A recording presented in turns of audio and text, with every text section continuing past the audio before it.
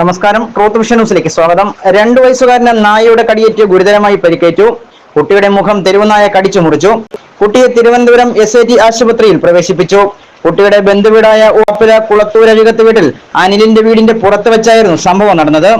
ഷൈൻഷാ അരുണിമ ദമ്പതികളുടെ മകൻ ആദമിനാണ് നായയുടെ കടിയേറ്റത്.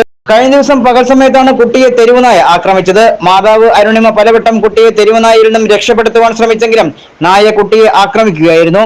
മാതാവിന്റെയും കുട്ടിയുടെയും ശബ്ദം കേട്ട് സമീപവാസികൾ സ്ഥലത്തെത്തി നായയെ ഓടിച്ചു വിട്ടു. കുട്ടിയുടെ കണ്ണിലും കഴുത്തിലും തലയിലും ഗുരുതരമായി നായ കടിച്ചു പരിക്കേൽപ്പിച്ചു. തുടർന്ന് കുട്ടിയെ കൊട്ടാരക്കര താലൂക്ക് ആശുപത്രിയിൽ പ്രവേശിപ്പിച്ചു. എന്നാൽ പിന്നീട് തിരുവനന്തപുരം SAT ആശുപത്രിയിൽ പ്രവേശിപ്പിക്കുകയായിരുന്നു. കണ്ണിന് പരിക്കേറ്റതിനാൽ സർജറി ആവശ്യമായി വന്നു. മുഖത്ത് എല്ലിന് 2 പൊട്ടലുകളും ഉണ്ട്. ഏരൂരിൽ 10 അടിയിൽ കൊച്ചുവിള വീട്ടിലാണ് കുട്ടിയും മാതാപിതാക്കളും താമസിക്കുന്നത്.